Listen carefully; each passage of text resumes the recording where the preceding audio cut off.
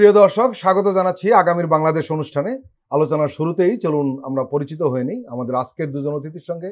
আজকে আমাদের সঙ্গে রয়েছেন ডক্টর সায়ন্ত শাখাওয়াত, রাজনৈতিক বিশ্লেষক ও কলামিস্ট। রয়েছেন আরমান হোসেন, জাতীয় নাগরিক পার্টির নেতা, বিচার বিভাগ সংস্কার কমিশনের সাবেক সদস্য। আপনাদের দুজনকেই অনুষ্ঠানে স্বাগত জানাচ্ছি। ধন্যবাদ আপনাকে। আমরা শুরুটা করব ডক্টর সায়ন্তকে দিয়ে। বাস্তবায়নের উপায় নিয়ে মত ভিন্নতার কারণে জুলাই জাতীয় সনদে সব রাজনৈতিক দল সই করবে কিনা তা নিয়ে একটা অনিশ্চয়তা তৈরি হয়েছে। এমন পরিস্থিতিতে গতকাল বুধবার সন্ধ্যায় রাজনৈতিক দলগুলোর সঙ্গে আকস্মিক কোট আনকোট অতি জরুরি বৈঠক ডাকে জাতীয় ঐক্যমত্য কমিশন, এবং সেখানে প্রধান উপদেষ্টা স্বয়ং উপস্থিত ছিলেন। আমরা দেখলাম যে বৈঠকে প্রধান উপদেষ্টার উপস্থিতিতে সনদ বাস্তবায়নের উপায় নিয়ে আগের অবস্থানই তুলে ধরে বিএনপি, জামায়াতে ইসলাম ও এনসিপি।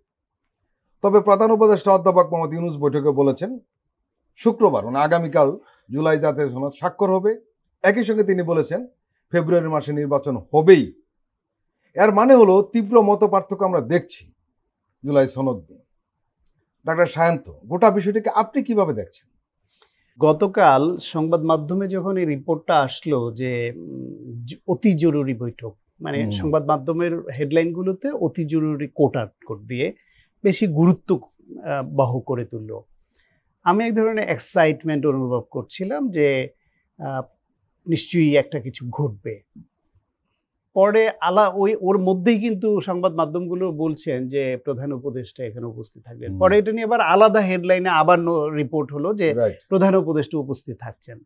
সেটা থেকে আরো আশাবাদী হইলাম যে প্রধান উপদেষ্টা সাধারণত এই দলগুলোকে যখন ডাকেন এবং তিনি থাকেন তখন এমনি বাইরে এখানে ওখানে যে যা কিছুই বলুক, প্রধান উপদেষ্টার উপস্থিতিতে খুব বেশি এদিক ওদিক রাজনৈতিক দলের নেতারা করেন না। ওইখানে তারা মোটামুটি একটা সমঝোতায় আসেন এবং একটু নমনীয় থাকেন।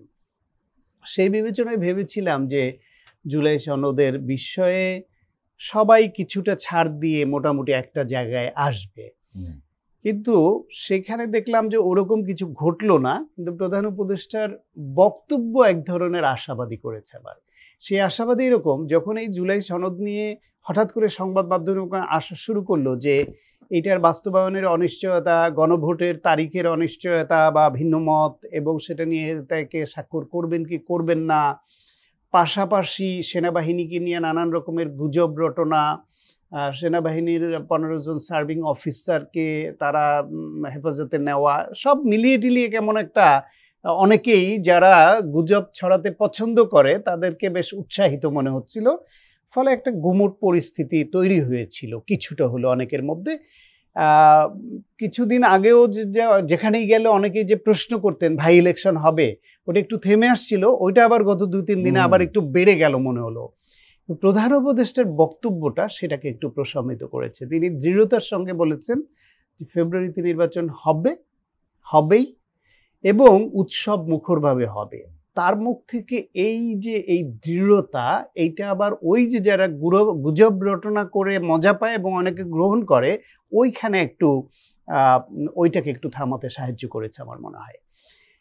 কিন্তু জুলাই সনদ স্বাক্ষরের ব্যাপারে যে যার অবস্থানে আছে, এটার বাস্তবায়ন প্রক্রিয়া এবং নোট অফ ডিসেন্ট নিয়েও যে যার অবস্থানে আছে, গণভোটের তারিখ নিয়েও যে যার অবস্থানে এখনো পর্যন্ত আছে। কিন্তু আমার মনে হয় যে আগামীকাল এটার স্বাক্ষর হবে। সেই স্বাক্ষর অনুষ্ঠানে সবাই হয়তো উপস্থিত থাকবে না। ইতিমধ্যে বাম বেশ কয়েকটা সংগঠন 4টি সংগঠন ঘোষণা দিয়েছেন তারা স্বাক্ষর করবেন না, থাকবেন না। এনসিপি ইতিমধ্যে ঘোষণা দিয়েছে প্রেস কনফারেন্স করে যে তারা এই স্বাক্ষর অনুষ্ঠানে থাকবেন না। কিন্তু বিএনপি বলেছে তারা যে কোনো সময় স্বাক্ষরের জন্য প্রস্তুত। আরও অনেকগুলো দল তারা স্বাক্ষর করবে এবং থাকবে। জামায়াত ইসলাম স্বাক্ষর করবে না এমন কিছু বলে নাই, আবার করবে সেটাও বলে নাই, কিন্তু তারা অনুষ্ঠানে যাবে, অনুষ্ঠানে থাকবে না এটা বলছেন। আমার মনে হয় তারা বলছে অনুষ্ঠানে থাকবেন এটা বলছেন, কিন্তু স্বাক্ষর করবেন কি করবেন না এটা এখনো ক্লিয়ার করেন নাই। তারা বলছে যে আমরা যাব, সেখানে দেখবেন কি হয়।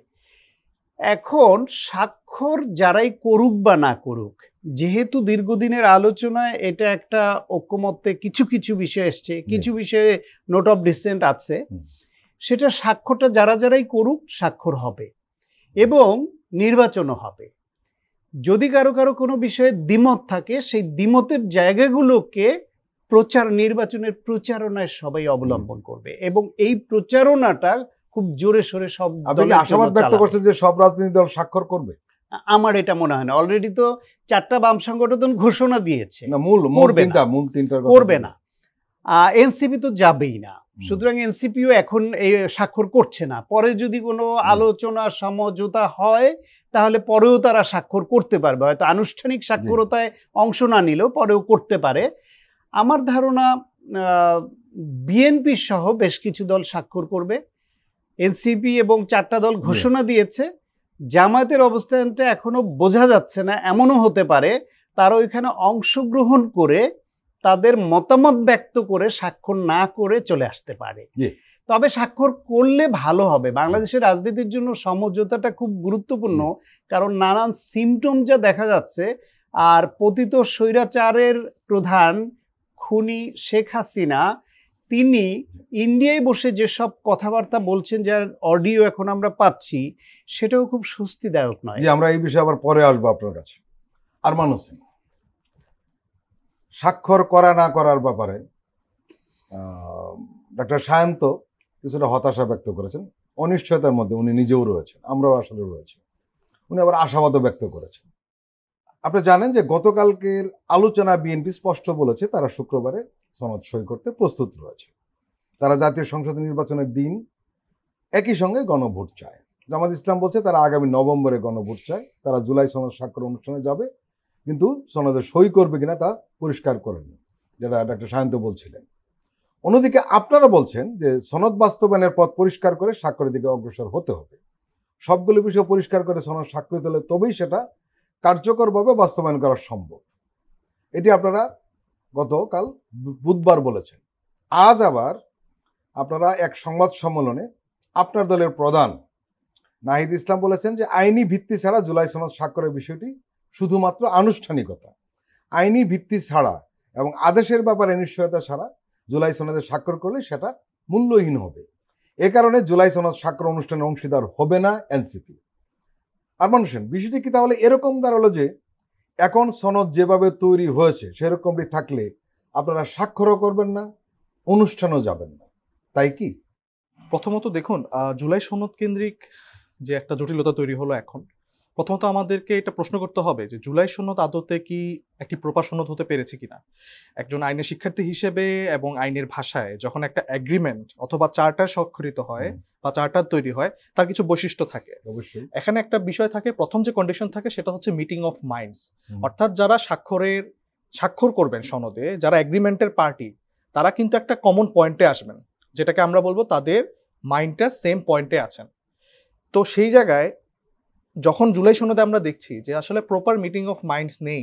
কেন নেই? কারণ হচ্ছে এখানে নোট অফ ডিসেন্ট আছে। নোট অফ ডিসেন্ট যখন একটা সনদে থাকে বা সনদের কিছু কন্ডিশন, প্রস্তাব, শর্তে যখন নোট অফ ডিসেন্টটা এক্সিস্ট করে, সেখানে আপনাকে ক্লিয়ারলি বলতে হবে যে হচ্ছে সনদে প্রপারলি যে মাইন্ডগুলো আছে পার্টি, তারা সেম পয়েন্টে আসতে পারেন নাই। তখন এটা আদতে সনদ হয় কিনা, তখন একটা প্রশ্ন থেকে যায়। সেম পয়েন্টে না আসলে তো আসলে মানে আমরা যেটা যতটুকু বুঝি সেম পয়েন্টে সনদই হয় না, এটা এগ্রিমেন্ট হয় না। দ্বিতীয়ত বিষয় হচ্ছে আপনার যখন একটি সনদ হবে, যখন একটা চুক্তি হবে, এগ্রিমেন্ট হবে, সেটা আসলে চুক্তিটা কিভাবে সম্পাদিত হবে, কখন সম্পাদিত হবে, কার দ্বারা সম্পাদিত হবে, এটা কিন্তু একটি গুরুত্বপূর্ণ প্রশ্ন বা গুরুত্বপূর্ণ বৈশিষ্ট্য। এখন জুলাই সনদে আমরা যেটা দেখতে পাচ্ছি, আপনি কিছু প্রস্তাব নিয়ে আসলেন, 84টা প্রস্তাব নিয়ে আসলেন সংস্কারের। সেই সংস্কারের প্রস্তাবে ইনি রাজি, ওই দল রাজি না, ওই দল হয়তো দ্বিমত দিয়েছে, ওই দল নোট অফ ডিসেন্ট দিয়েছে, সেটা আপনি মেনশন করলেন। এটা কি আদতে কোনো সনদ হলো? আমি যদি একটা প্র্যাকটিক্যাল এক্সাম্পল দিই, আপনি একজনের কাছ থেকে চাল ক্রয় করবেন, ইনি আপনার কাছে চাল বিক্রয় করবে, কিন্তু কয় টাকা দামে বিক্রয় করবে, কখন আপনার কাছে বিক্রয় করবে এবং চালটা আপনাকে কিভাবে ডেলিভারি দিবে, তার কোনো বিস্তারিত বর্ণনা, তার কোনো উল্লেখ ওই শর্তে নাই, ওই কন্ট্রাক্টে নাই। এটা কি আদতে কোনো সনদ হলো বা এটা আদতে কোনো চুক্তি হলো?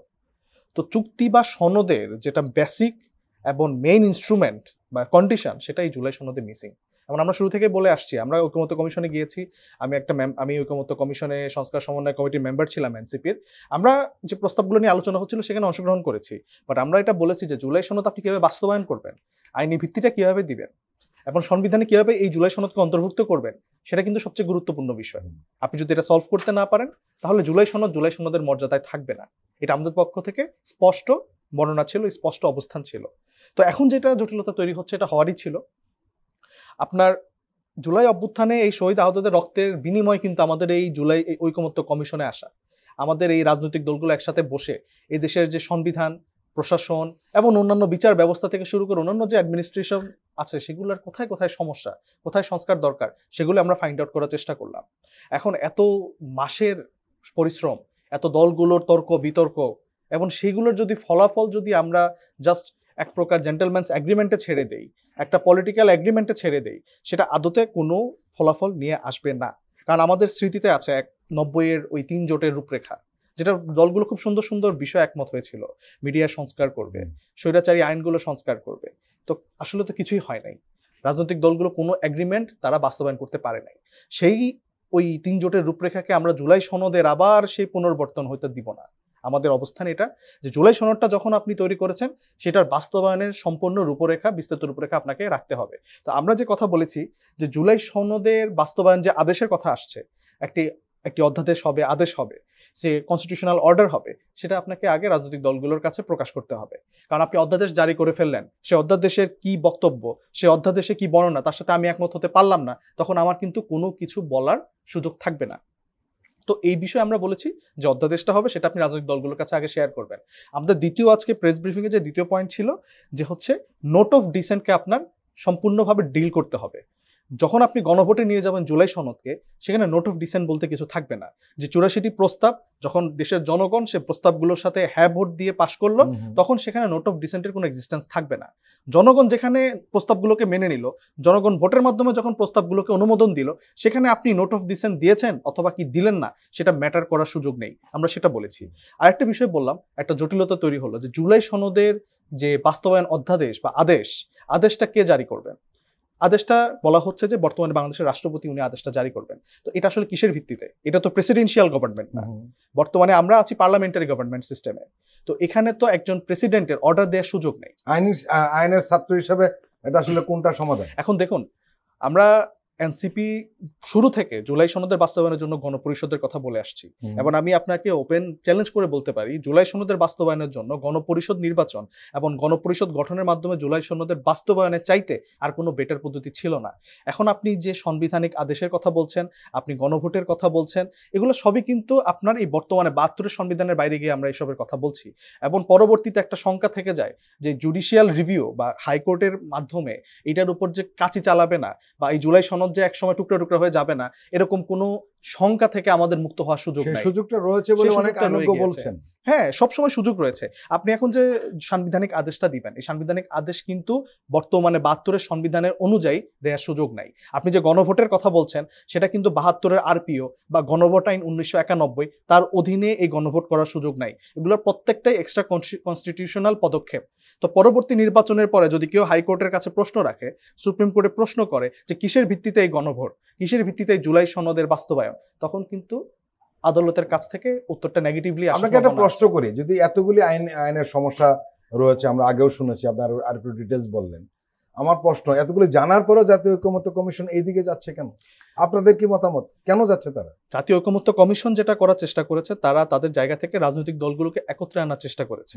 এখন যখন তারা দেখলো যে এই আলোচনার মাধ্যমে একত্রিত হওয়া যাচ্ছে না, তখন তারা এই নোট অফ ডিসেন্টের কনসেপ্টটা নিয়ে এসে কিন্তু আলোচনাটা শেষ করতে চেয়েছে। এখন এই যে একটা শর্টকাট পদ্ধতিতে আলোচনা শেষ করার চেষ্টা করাটা, এটাই এখন ব্যাধি হিসাবে তৈরি হলো। কারণ দেখা গেল যে উচ্চকক্ষ নিয়ে পিআর পদ্ধতি উচ্চকক্ষ হবে কিনা এটা নিয়ে ঐকমত্য কমিশনে 4 দিন আলাপ হলো। এই 4 দিন আলাপে কোনো সমাধান আসছে না। বিএনপি উচ্চকক্ষে পিআর চায় না, আবার কয়েকটি দল আছে বাম সংগঠন, তারা উচ্চকক্ষই চায় না। তো সেক্ষেত্রে কি করলো, ওই আলোচনাটা সমাধান করার জন্য তারা নিয়ে আসলো নোট অফ ডিসেন্টের কনসেপ্ট।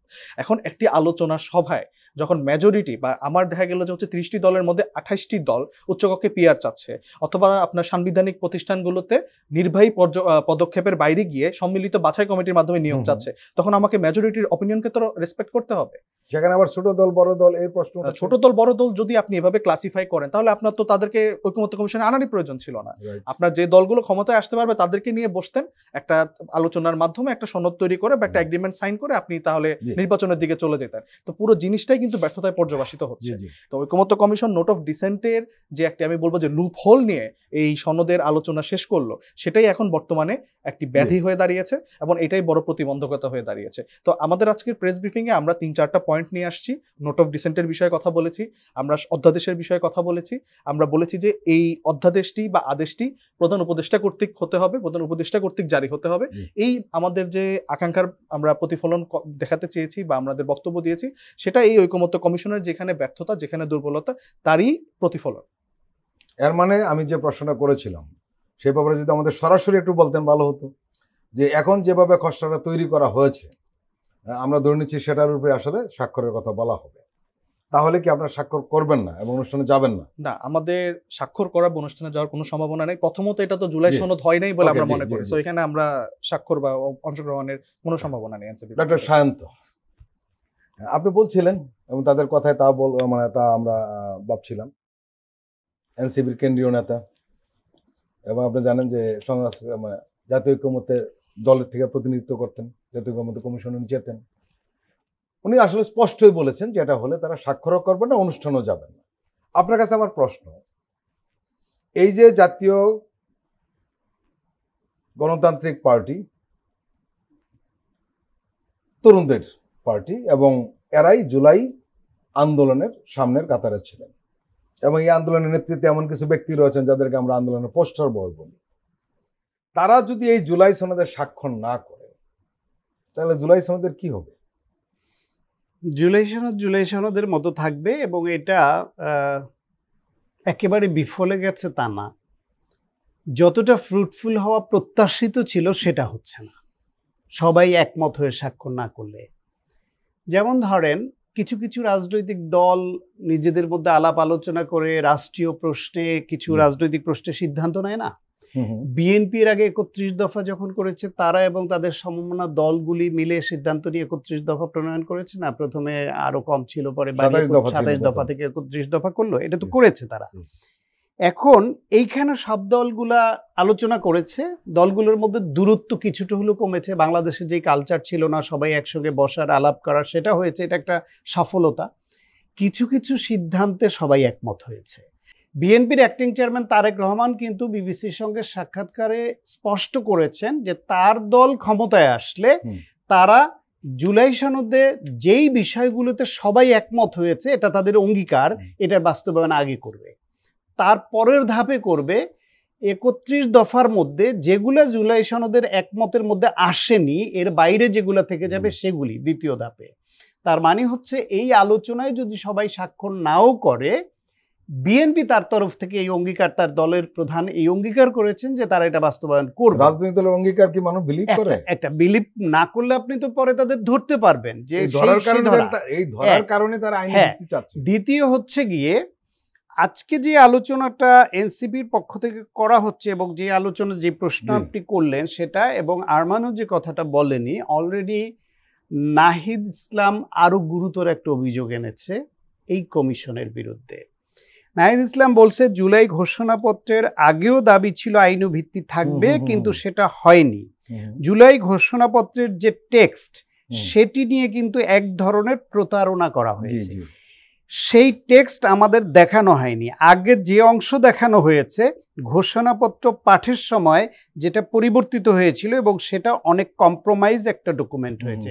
তার মানে হচ্ছে এই যে কমিশন, এই কমিশনে যারা আছেন, যাদের উপর আস্থা নিয়ে এতদিন কথা বললো, এবং যে কমিশনের প্রধান আমাদের প্রধান উপদেষ্টা ডক্টর মোহাম্মদ ইউনূস, যেই কমিশন পরিচালনার প্রধান ছিলেন ডক্টর আলী রিয়াজ, সেই কমিশনের বিরুদ্ধে তারা প্রতারণার অভিযোগ এনেছে। কমিশনকে ক্লিয়ার করতে হবে তারা কি প্রতারণা করেছেন কিনা বা করলে কোথায় প্রতারণা হয়েছে। এইরকম একটা কমিশন যদি একটা রাজনৈতিক দলের সঙ্গে প্রতারণা করতে পারে তাহলে এটি কমিশনের দায় নিতে হবে। এনসিপি যদি লিটারালি মিন করে প্রতারণা, তাহলে তারা যে স্ট্যান্ড নিয়েছে কমিশনকে এটার জবাবদিহি করা উচিত। অথবা কমিশন যদি ঠিক থাকে তাহলে এনসিপি কেন এত গুরুতর একটা অভিযোগ এত বড় একটা কমিশনের বিরুদ্ধে, গুরুত্বপূর্ণ কমিশনের বিরুদ্ধে আনলো, সেই জবাবদিহি তো এনসিপির করতে হবে। এখন জুলাই সনদে এনসিপি যদি স্বাক্ষর না করে, যখন এনসিপির কথা বলবো না, ছাত্র জনতা যখন গণঅভ্যুত্থানে অংশ নিয়েছিল, তখন তারা ছাত্র জনতা এবং রাজনৈতিক শক্তি সবাই মিলে, সেখান থেকে একটা অংশ যারা এসে রাজনৈতিক দল গঠন করলো, এখন তাদেরকে আপনার রাজনৈতিক দল হিসেবে বিবেচনা করতে হবে গণঅভ্যুত্থানের পক্ষের বা নেতৃত্ব দেওয়া একটা রাজনৈতিক দল। বিএনপিকে গণঅভ্যুত্থানের পক্ষের এবং অনেক লোক নিহত হয়েছে, আহত হয়েছে এরকম, বা 16 বছর ধরে গুম খুন হয়েছে, গুম খুনের শিকার হয়েছে, এরকম একটা রাজনৈতিক দল নয় ফ্যাসিবাদ বিরোধী গণঅভ্যুত্থানের পক্ষের। জামায়াত ইসলাম কি 16 বছর ধরে নিপীড়নের শিকার হয়েছে, গুম খুনের শিকার হয়েছে, আন্দোলন সংগ্রাম করেছে এবং সর্বশেষ গণঅভ্যুত্থানে অনেক নিহত হয়েছে, রক্ত দিয়েছে তাদের নেতাকর্মীরা, এরকম একটি দল নয়। সুতরাং যখন রাজনৈতিক দল হিসেবে এনসিপি চলে আসলো, তখন জুলাই গণঅভ্যুত্থানের সময় তাদের যে অ্যাকসেপ্টেন্সি, তাদের যে সবার কাছে গ্রহণযোগ্যতা, সেই মানদণ্ডতে এইখানে বিবেচিত হবে, এটা আশা করা বোকামি। এখন তাদেরকে রাজনৈতিক প্রতিপক্ষ হিসেবে অন্যরা ট্রিট করবে এবং কৌশলের খেলা হবে, এটা মেনে নিয়ে রাজনীতি করতে হবে। সেখানে যদি এনসিপি, জামায়াত ইসলাম বা বিএনপি বা বামপন্থী দলগুলো বা যে কেউ মনে করে যে তার মতামতের প্রতিফলন ঘটে নাই বলে সে সই করবে না, এই স্বাধীনতা তার আছে, কিন্তু তার মানে এই নয় যে কোনো একটা দলের জন্য বা একাধিক দলের জন্য এই প্রক্রিয়া থামিয়ে দিতে হবে। প্রিয় দর্শক, আমরা এখন একটি বিরতি নিচ্ছি, আপনারা আমাদের সঙ্গেই থাকুন।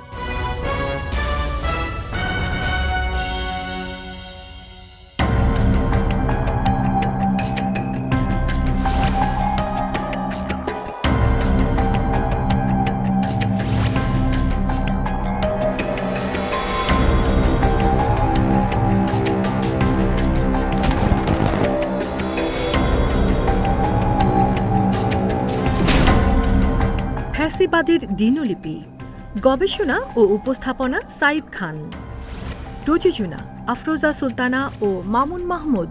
দেখবেন প্রতি রবি থেকে বৃহস্পতিবার সন্ধ্যা 7টায়।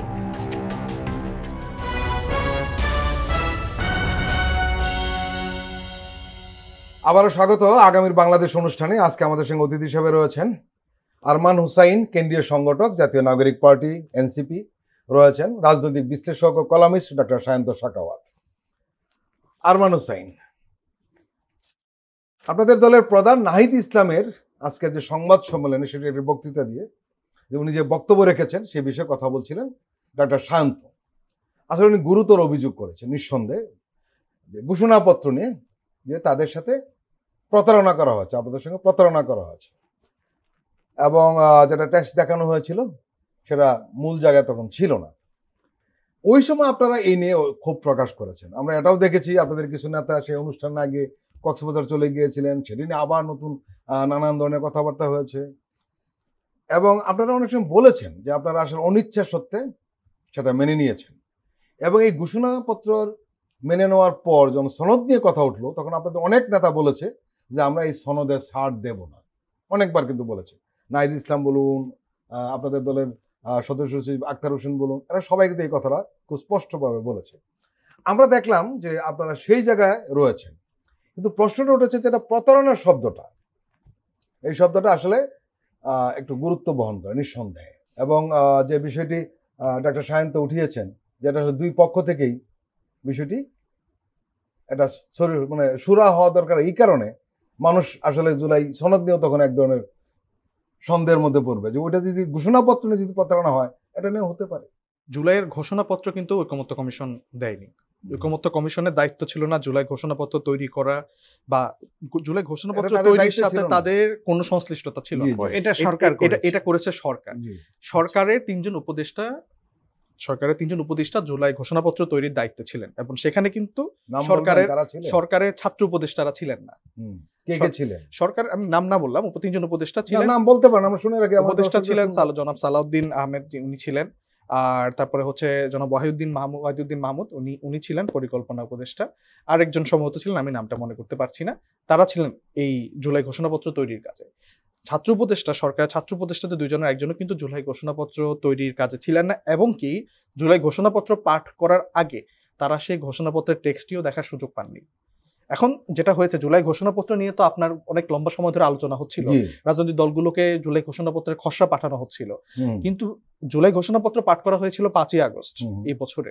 তার আগে যে ঘোষণাপত্র ড্রাফট পাঠানো হয়েছিল রাজনৈতিক দলগুলোকে, সেটা কিন্তু 5ই আগস্টে ডক্টর মোহাম্মদ ইউনূস যে ঘোষণাপত্র পাঠ করেছিলেন তার সাথে কিন্তু ব্যাপক পার্থক্য ছিল। প্রতারণার অভিযোগ যেটা আসছে আমাদের দলের আহ্বায়কের পক্ষ থেকে, এটা জাস্টিফাইড এই কারণে, আপনি দেখেন ঐকমত্য কমিশনে কিন্তু আমরা আলোচনা করছি জুলাই সনদ নিয়ে, জুলাই সনদ নিয়ে আমরা আলোচনা করছি, সনদ বাস্তবায়নের পদ্ধতি নিয়ে আলোচনা হচ্ছিল। বিএনপি বলছে তারা নেক্সট পার্লামেন্টে তারা সনদের বাস্তবায়ন করবে, আমরা বলছি গণপরিষদ নির্বাচন দরকার।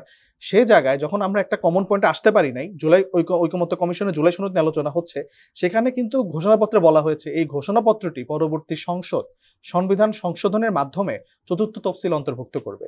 তো যখন আপনি ঐকমত্য কমিশনে একটা আলোচনার কনক্লুশনে আসতে পারেন নাই, সেখানে ঘোষণাপত্র কিভাবে একটি সমাধানের কথা বলে ফেলে, কিভাবে ঘোষণাপত্র সংবিধানে আসবে না আসবে সেটা ঘোষণাপত্র তো আগ বাড়িয়ে বলতে পারে না। এরপর ঐতিহাসিক কিছু বিষয় এখানে চলে আসে। জুলাই ঘোষণাপত্রে 75-এর সিপাহী জনতার বিপ্লব যেটাকে বলা হয়, আমি এর আগেও হয়তো ওই অনুষ্ঠানে বলেছি যে এটাকে আদৌ বিপ্লব বলা যাবে কিনা এটা নিয়ে আমার সন্দেহ আছে, বা ফ্যাকচুয়ালি আমরা এটাকে বিপ্লব বলতে পারি কিনা, বা বিএনপি কেন্দ্রিক কিছু ইতিহাস, 75-এর ইতিহাস, বিএনপির কিছু স্ট্রাগল, ঐতিহাসিক স্ট্রাগল, সেটাকে হচ্ছে এখানে গ্লোরিফাই করা হয়েছে জুলাই ঘোষণাপত্রে। আবার এই গত 54 বছরে যে ধারাবাহিক সরকারের ব্যর্থতা, আমাদের অ্যাডমিনিস্ট্রেটিভ ব্যর্থতা বা রাজনৈতিক দলগুলোর যে ব্যর্থতা, সেটা কিন্তু এক কেন্দ্রিক আওয়ামী লীগের উপর চাপিয়ে দেওয়া হয়েছে। বিএনপি কিন্তু 10 বছর 3 টার্ম কিন্তু ক্ষমতায় ছিল, তো তাদের কি রাজনৈতিক ব্যর্থতা ছিল না? সরকার হিসেবে কি তাদের দুর্নীতি এবং রাষ্ট্রের ব্যর্থতা দায়ভার কি বিএনপির উপর আসে না? সেগুলো কিন্তু এক প্রকার জুলাই ঘোষণাপত্রে ওয়ান সাইডেড ভাবে এক্সপ্লেইন করা হয়েছে, বর্ণিত করা হয়েছে। তো সেই জায়গা থেকে একটা রাজনৈতিক দল হিসেবে, জুলাই গণ অভ্যুত্থানের নেতৃত্ব হিসাবে আমাদের কিন্তু সেই দাবিটা ছিল, বা এটা আমরা যোগ্য ছিলাম যে আমাদের সাথে জুলাই ঘোষণাপত্রের খসড়াটা আপনারা শেয়ার করবেন, সেখানে আমাদের মতামতের গুরুত্ব থাকবে এবং সম্মিলিতভাবে। হ্যাঁ, আমরা প্রথমভাবে এটা দাবি পাঠিয়েছিল সব দলের কাছে, প্রথম দাবি উঠা। কিন্তু এটা আমি আপনাকে একদম সিওরিটি দিয়ে বলতে পারি, রাজনৈতিক দল হিসেবে এনসিপির কাছে এবং কি জামাত ইসলামের কাছেও এই জুলাই সনদের এই যে ঘোষণাপত্র যে খসড়া সেটা পাঠানো হয়নি। এবং এক প্রকার ভাবে 5ই আগস্টের বিকালে ডক্টর মোহাম্মদ ইউনূস নিজে এককভাবে এই ঘোষণাপত্র উনি পাঠ করেছেন, যেটা সম্পর্কে রাজনৈতিক দলগুলো, বিশেষ করে এনসিপি, জামাত ইসলাম সহ আরো অনেকটি রাজনৈতিক দলগুলোর কোনো ধারণা ছিল না। তো সেই জায়গায় আপনি যখন একটি দলের রাজনৈতিক ইতিহাসকে গ্লোরিফাই করবেন, ঐকমত্য কমিশনের আলোচনা শেষ না হওয়ার আগেই আপনি এক ধরনের অন্য দলকে ফেভার করার মতো কনক্লুশনে চলে আসবেন যে সংবিধানে কিভাবে আসবে, তখন সেটাকে প্রতারণা বলাটা জাস্টিফাইড, এবং এছাড়া অন্যভাবে এটাকে ডিফাইন করার সুযোগ নাই। আরেকটা বিষয় যেটা আমি এখানে উল্লেখ করব, যে সরকারের যারা ছাত্র উপদেষ্টা তারা কিন্তু সরকারেরই অংশ, এবং গণঅভ্যুত্থান নেতৃত্বের মাধ্যমে তারা সরকারে গিয়েছেন। অন্তত তাদের তো এই বিষয়ে ওয়াকিবহাল হওয়া দরকার ছিল যে কি আসছে এই জুলাই ঘোষণাপত্রে, কি কন্টেন্ট এই ঘোষণাপত্র ধারণ করছে, সেটা কিন্তু তারা জানতেন না। জি ডক্টর সায়ন্ত, আমরা জুলাই সনদের যে জিনিসটা বিতর্ক হচ্ছে বেশি, নোট অফ ডিসেন্ট নিয়ে কথা হচ্ছে। বারবার আমরা কিন্তু বলার চেষ্টা করছি যে নোট অফ ডিসেন্ট যেগুলো রয়েছে সেগুলো বাদ দিলেই ভালো হয়, যেগুলো ঐক্যমত্য হয়েছে সেগুলি জুলাই সনদে থাকলো, সাধারণ মানুষ হানা বুট দিল, কিন্তু নোট অফ ডিসেন্ট রেখে কিভাবে সনদ হয়? প্রথম কথা হলো, উচিত হচ্ছে যে বিষয়ে সবাই একমত হয়েছে সেগুলি নিয়ে বাস্তবায়ন নিয়ে হলো সিদ্ধান্ত হবে, আর যেগুলি একমত হয়নি সেগুলির ব্যাপারে তো বিএনপির দলের প্রধান অ্যাক্টিং চেয়ারম্যান যে এখন তিনি তো দল চালাচ্ছেন, এখন তিনি তো অলরেডি তার বক্তব্যে স্পষ্ট করে দিয়েছেন যে এখানে সব দল সবাই একমত হয়েছে, তার প্রায়োরিটি সেটা বাস্তবায়ন। যেখানে নোট অফ ডিসেন্ট আছে সেটা তারা বাস্তবায়নে প্রায়োরিটি দেবেন না, এটা তো আগেই বলেছে, স্বাভাবিক। তাহলে সেইগুলি আপনার এইখানে সনদে আলাদা না রাখলেও আপনারা আলাদা চ্যাপ্টারে রাখতে পারে যে এই বিষয়ে সবাই একমত হয়েছে, এই বিষয়ে এই দলের এই বক্তব্য ছিল, এই দল এই বিষয়ে দ্বিমত করেছে, কিন্তু সনদ হলো না। কিন্তু তখন না, তাহলে একমত যেটা হয়েছে সেটা করলো। দ্বিতীয় হলো গিয়ে এর বাস্তবায়ন নিয়ে আপনার গণভোটের যে বিষয়টা আসছে, সেখানেও যদি ধরেন যেটা আরমান এতক্ষণ তার বক্তব্যে আগে যেটা বললো যে আইনি ভিত্তি নেওয়া, বা এখন যে গণভোট হলে সেটা নিয়ে প্রশ্ন উঠবে, হ্যাঁ প্রশ্ন উঠবে, যদি এটা আপনার যা কিছুই করুক না কেন, যা কিছুই হোক না কেন, এই সময়ের সমস্ত কিছু কিন্তু জাতীয় সংসদে নির্বাচিত সরকার আসার পরে এর কিন্তু ইন্ডেমনিটি দিতে হবে বা এটাকে পাশ করাতে হবে, যাই না যাহা কিছুই থাকুক।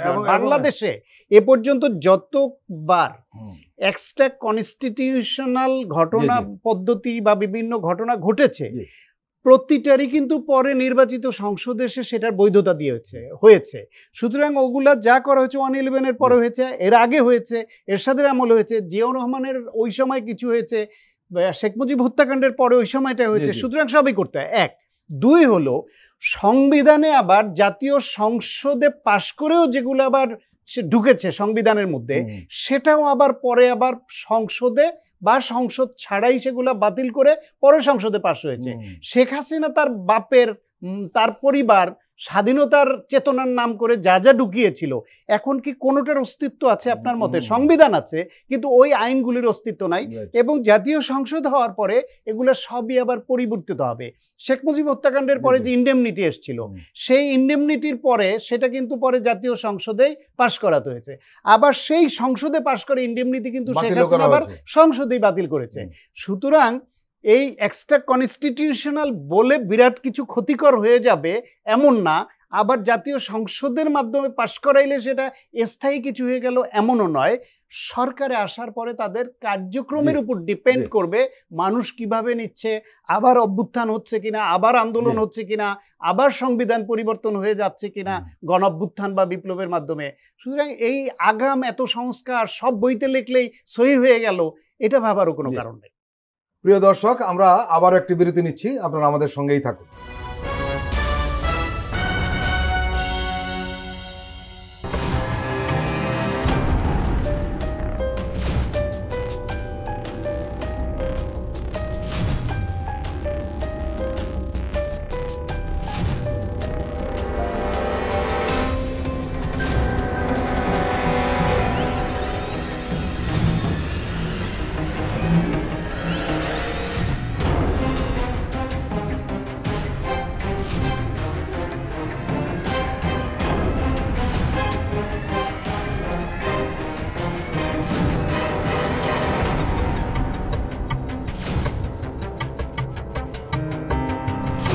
কেমন আছে অর্থনীতি দেখবেন প্রতি সোম ও মঙ্গলবার রাত 10:20।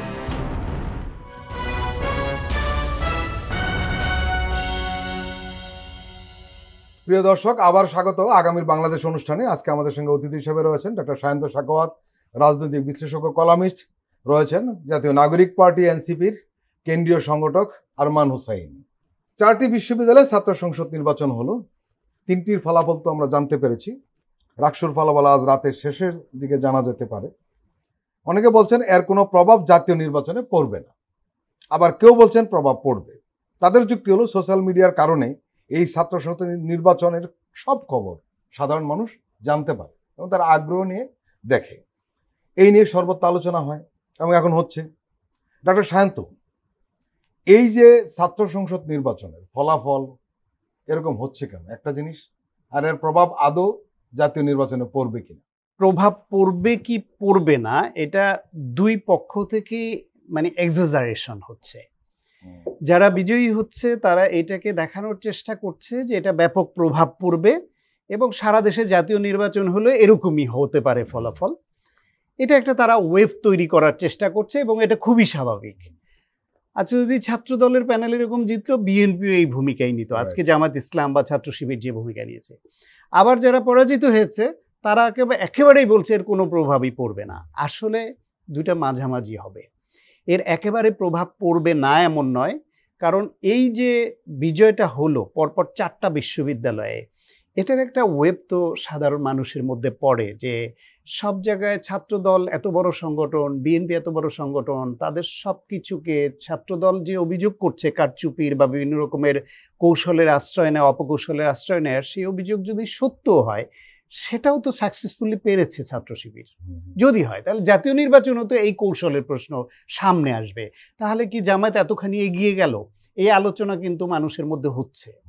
আবার জামায়াত ইসলাম যতটা আবার বলার চেষ্টা করছে এটাই হবে, সেটাও এই জন্য না যে এই ছাত্র বিশ্ববিদ্যালয়গুলোতে যেই ছাত্ররা ভোট দিচ্ছে, এখানে আপনি চেহারা দেখলে, তাদের অবয়ব দেখলে বুঝবেন এরা অনেকেই দলগতভাবে ঠিক জামায়াত ইসলামকে সমর্থন করার মতো ওই কালচারের ছাত্রছাত্রী না, বিশেষ করে ছাত্রীদের ব্যাপারে রোকেয়া হলের ছাত্রীদের যাদের চলাফেরা সবকিছু মেন্টালিটি তাদের নিজের কার্যক্রম সব জানি। তারা জামায়াত ইসলাম বা কোনো ধর্মভিত্তিক দলের দিকে ভোট দেওয়ার মতো ওই রকম স্টাইলের তারা না, কিন্তু ভোটটা তো দিয়েছে ছাত্র সংসদে শিবিরকে।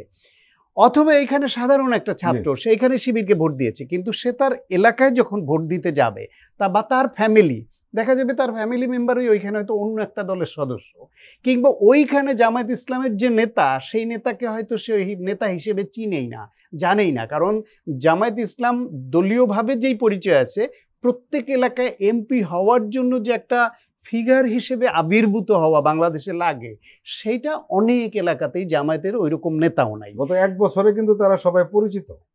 তারপরও কোনো লোক নাই যে আমাদের প্রার্থীকে চেনে না, আমার যতটুকু জানা আছে। তারপরেও যেটা বলেন যে চিনলেই প্রভাব হবে না, তৈরি করা যেটা, হ্যাঁ সেইটা আপনি বাংলাদেশের 300 আসনের মধ্যে বহু আসন আছে, সেইখানে অন্য দলগুলোর যে ফ্লো, তাদের যে অবয়ব, তাদের আর্থিক অবস্থান সব মিলাইয়া আত্মীয় পরিজন মিলে যে একটা ফ্লো তাদের আগে থেকে বা আগে থেকে নেতৃত্ব দিয়ে আসছে, আগে থেকে এলাকায় এমপি ছিল, আগে থেকে মন্ত্রী ছিল, এরকম লেভেলের যারা, তার পাশাপাশি জামায়াতের নেতারা ওই একই পাল্লায় দাঁড়ানোর পজিশনে অনেক এলাকায় এখন আসেনি।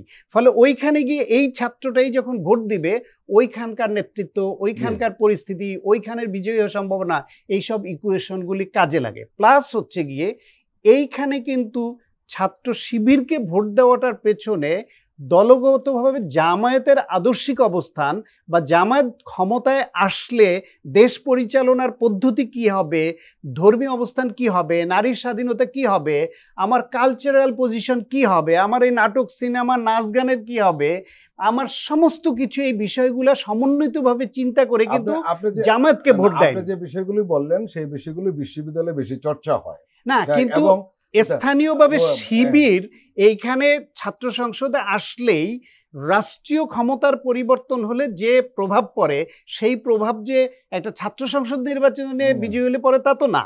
ফলে এইটার ইকুয়েশনটা ভিন্ন।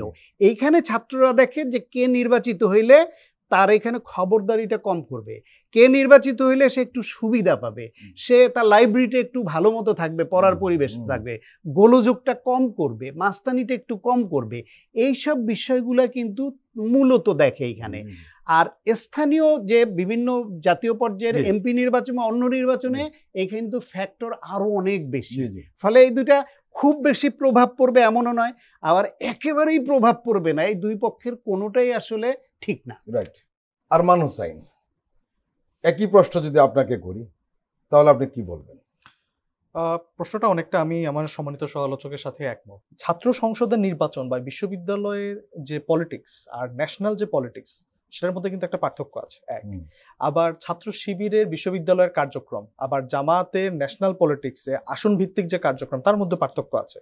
আপনি যদি বিশ্ববিদ্যালয়ের ছাত্র শিবিরের কার্যক্রম দেখেন, তারা সবচেয়ে বেশি মানে ফাইন্যান্সের দিক থেকে সবচেয়ে বেশি স্ট্রং হচ্ছে ছাত্র শিবির। তারা ওয়েলফেয়ার পলিটিক্সটা করেছে হচ্ছে ইউনিভার্সিটিগুলোতে। ঢাকা বিশ্ববিদ্যালয়ে পানির ফিল্টার দিয়েছে, অন্যান্য বিশ্ববিদ্যালয়ে তারা বিভিন্ন সংস্কারমূলক কাজে নিজেদের ফাইন্যান্সটাকে ইউজ করেছে। সেক্ষেত্রে হয়তো স্টুডেন্টদের কাছে তারা অনেকে বলছেন যে ইসলামী ছাত্র শিবির ছাত্র রাজনীতিটা যেটা আমরা বললাম ওয়েলফেয়ারের দিকে নিয়ে যাচ্ছে, তাহলে অন্যরা কি করবে তখন? ওয়েলফেয়ার পলিটিক্সের দিকে তারা নিয়ে যাচ্ছে, এবং সেটা হয়তো তারা এই ওয়েলফেয়ার পলিটিক্সটা স্টুডেন্টরা গ্রহণ করেছে, সেজন্য তারা হচ্ছে ভোটে নির্বাচিত হচ্ছে, ভালো করছে এবং প্যানেল ধরেই জিতে আসছে এক প্রকার ভাবে। কিন্তু জাতীয় রাজনীতিতে কিন্তু আপনি ওই ওয়েলফেয়ার পলিটিক্স দিয়ে অন্য ছাত্র সংগঠন তাহলে কি করবে? অন্য ছাত্র সংগঠনের কথা যদি বলি, ছাত্র দলের কথা যদি স্পেসিফিক্যালি বলতে হয়, তারা যে বিশ্ববিদ্যালয়ে কার্যক্রমগুলো যে খারাপ করছে তা না, তারাও চেষ্টা করছে তাদের জায়গা থেকে ভালো কার্যক্রম করার। ঢাকা বিশ্ববিদ্যালয়ের ছাত্র দল বলি, রাজশাহী, তারপরে হলো চট্টগ্রাম বিশ্ববিদ্যালয়, জাহাঙ্গীরনগর বিশ্ববিদ্যালয়, তারাও কিন্তু ভালো কার্যক্রম করার চেষ্টা করছে। কিন্তু ওয়েলফেয়ার পলিটিক্সটা যদি ছাত্র সংগঠন করে, তখন কিন্তু এটার একটা নেগেটিভ ইম্প্যাক্টও আছে। কারণ ছাত্র সংগঠনের কাজ কিন্তু ওয়েলফেয়ার পলিটিক্স করা না, হলে হলে ফিল্টার দেওয়া, লাইব্রেরি সংস্কারের কাজ করা, এটা হলো বিশ্ববিদ্যালয় প্রশাসনের দায়িত্ব। ছাত্র সংগঠনের দায়িত্ব হচ্ছে ছাত্রদের যে অধিকার, তাদের যে দাবি, সেটা হচ্ছে বিশ্ববিদ্যালয়ের প্রশাসনের কাছে নিয়ে যাওয়া, প্রশাসনের মাধ্যমে তা আদায় করে নেওয়া। এখন আপনি একজন যখন ছাত্র সংগঠনের নেতা, আপনি একজন ছাত্র, আপনার কাছে যে খুব বেশি ফাইন্যান্সিয়াল ফ্লো থাকবে এটা কিন্তু এক্সপেক্টেড না। আপনি তখন নিজেরই সার্ভাইভ করার একটা সময় কষ্ট হয়ে যায়, আপনি ফ্যামিলির উপর নির্ভর করেন। সেক্ষেত্রে ছাত্র সংগঠন গঠন হওয়ার পরে এত বেশি পরিমাণের ফাইন্যান্সিয়াল ফ্লো যদি আপনি ইউজ করেন এই নির্বাচনের কাজে অথবা আপনার পলিটিক্সের কাজে, তখন কিন্তু এটা কিন্তু অন্য ছাত্র সংগঠনের ক্ষেত্রে কিন্তু অসম প্রতিযোগিতা তৈরি করে। এবং অনেক সময় এটা দেখা যায় যে এটা আসলে তারা ওই পলিটিক্সটা করতে গিয়ে অবৈধ কোনো উপায়ের আশ্রয় নিচ্ছে কিনা বা অবৈধ কোনো পন্থা অবলম্বন করছে কিনা সে প্রশ্নটাও তৈরি হয়ে যায়। তো এবার আসি মূল প্রশ্নে, সেটা হচ্ছে যে জাতীয় নির্বাচন বা সংসদ নির্বাচনের যদি কথা বলি, একটা আসনে একজন রাজনৈতিক নেতার আসলে তার কতটুকু জনপ্রিয়তার বিস্তৃতি, সে কতটুকু জনগণের কাছে পৌঁছাতে পেরেছে, সে কি রাজনৈতিক ভিশন নিয়ে আসছে, সেটা কিন্তু একটি গুরুত্বপূর্ণ প্রশ্ন। এখন ইসলামী ছাত্র শিবির যেভাবে ক্যাম্পাসে ওয়াইড রেঞ্জে কাজ করছে, বিভিন্ন সাধারণ শিক্ষার্থীদেরকে কানেক্ট করতে পারছে, সেটা কিন্তু হয়তো আবার আসন ভিত্তিক পলিটিক্সে জামাত নাও করতে পারে, হয়তো করতে পারেনি। জামাত যথেষ্ট কাজ করছে এবং জামাতের যেহেতু দেখা যাচ্ছে যে ক্যান্ডিডেট নিয়ে সমস্যা নেই। মজার ঘটনা আমি এখানে যোগ করি, সেটা হলো যে নিম্নকক্ষে পিআর চাচ্ছেন জামাত ইসলাম, তাই না, কর্মসূচি দিচ্ছে, কিন্তু অবাক করার বিষয় হলো নিম্নকক্ষে পিআর চাচ্ছেন কিন্তু তাদের প্রার্থীরাই কিন্তু সবচেয়ে বেশি সক্রিয় এবং বলা হচ্ছে সবচেয়ে বেশি প্রস্তুতি তাদের বেশি। না, জামাতের সাংগঠনিক কার্যক্রমকে প্রশংসা করতে হবে, তারা যেভাবে এলাকায় এলাকায় কাজ করছেন, এবং তাদের তো প্রার্থী নিয়ে সমস্যা নেই। বিএনপির যেমন একটি এলাকায় 1 ডজন প্রার্থী প্রতিদ্বন্দ্বিতা করার জন্য প্রস্তুত, সেখানে জামাত কিন্তু তাদের প্রার্থী সিলেকশন করে রেখেছেন এবং তারা খুবই মোটামুটি প্রস্তুত বলা যায় এই নির্বাচনের ব্যাপারে। তারপরে যেটা দেখা যায় যে হচ্ছে একটি রাজনৈতিক জনপ্রিয়তার কথা বা একজন ব্যক্তি রাজনৈতিক দলের বিস্তৃতি, তার ফাইন্যান্স এবং তার শক্তি, সেটা যেভাবে হচ্ছে নির্বাচনে ভোট গ্রহণের ক্ষেত্রে মানুষের আস্থা অর্জন করতে পারে, মানুষকে একটা ভিশন দিতে পারে, সেটা হয়তো অনেক সময় যিনি নতুন প্রার্থী তিনি পারেন না। প্রভাব থাকবে না বলারও সুযোগ নেই, আবার খুব বেশি প্রভাব রাখবে এই কনক্লুশনে আসার সুযোগ নেই। আরমান হোসাইন, আমার সবশেষ প্রশ্ন আপনাকেই, আপনারা কি নির্বাচনে জোটে যাবেন নাকি স্বতন্ত্রভাবেই থাকবেন? এই প্রশ্নের উত্তর যদি সংক্ষিপ্তভাবে বলি, এখনো পর্যন্ত কোনো সিদ্ধান্ত নেওয়া হয় নাই। নির্বাচনে জোটে ঠিক আছে, কিন্তু আপনাদের ব্যাপারে একটা কথা শোনা যাচ্ছে আপনারা বিএনপির দিকে ঝুঁকছেন, আসলে কি তাই? এখন প্রথম থেকে আমাদের যে একটা অভিযোগ ছিল আমাদের প্রতি যে আমরা জামাতের দিকে ঝুঁকে আছি, আমরা অস্বীকার করেছি। জামাতের বি টিম বলা শুরু করেছে, আমরা অস্বীকার করেছি, কারণ জামাতের রাজনীতি আর এনসিপির রাজনীতির মধ্যে ফান্ডামেন্টাল ডিফারেন্স আছে। আবার বিএনপির প্রতি এখন অনেকে ঝুঁকতে দেখছেন। আসলে আমরা এখনো পর্যন্ত কোনো দলের সাথে নির্বাচনী জোট বা নির্বাচন একত্রে করার কোনো সিদ্ধান্ত নেই। তবে যদি রাজনৈতিক প্রেক্ষাপটে, রাজনৈতিক প্রয়োজনীয়তায় এবং দেশের জনগণের স্বার্থে যদি আমাদের কোনো দলের সাথে জোট বেঁধে নির্বাচন করতে হয়, সেটা আমরা হয়তো করতে পারি। এটা বিএনপিও হতে পারে, অন্য কোনো রাজনৈতিক দলও হতে পারে, এবং সেটা আসলে কোনো অপরাধ হবে, জামাত হবে না, জামাতও হতে পারে। এটার কোনো, সেটা রাজনৈতিক ভবিষ্যতে আসলে এটার উত্তর দিতে পারে, এখনো পর্যন্ত সিদ্ধান্ত হয়নি। আরমান হোসাইন এবং ডক্টর সায়ন্ত সাখাওয়াত, আপনারা দুজনই মূল্যবান বক্তব্য রেখেছেন, মতামত রেখেছেন। আশা করি আমাদের দর্শকদের নতুন চিন্তার উদ্রেক হতে পারে আপনাদের বক্তব্যের মাধ্যমে, নতুন করে তারা হয়তো ভাববেন অনেক কিছু। আপনাদের দুজনকেই আন্তরিক ধন্যবাদ। প্রিয় দর্শক, আজকের অনুষ্ঠান আমরা এখানে শেষ করছি। আপনারা ভালো থাকবেন, সুস্থ থাকবেন। আল্লাহ হাফেজ।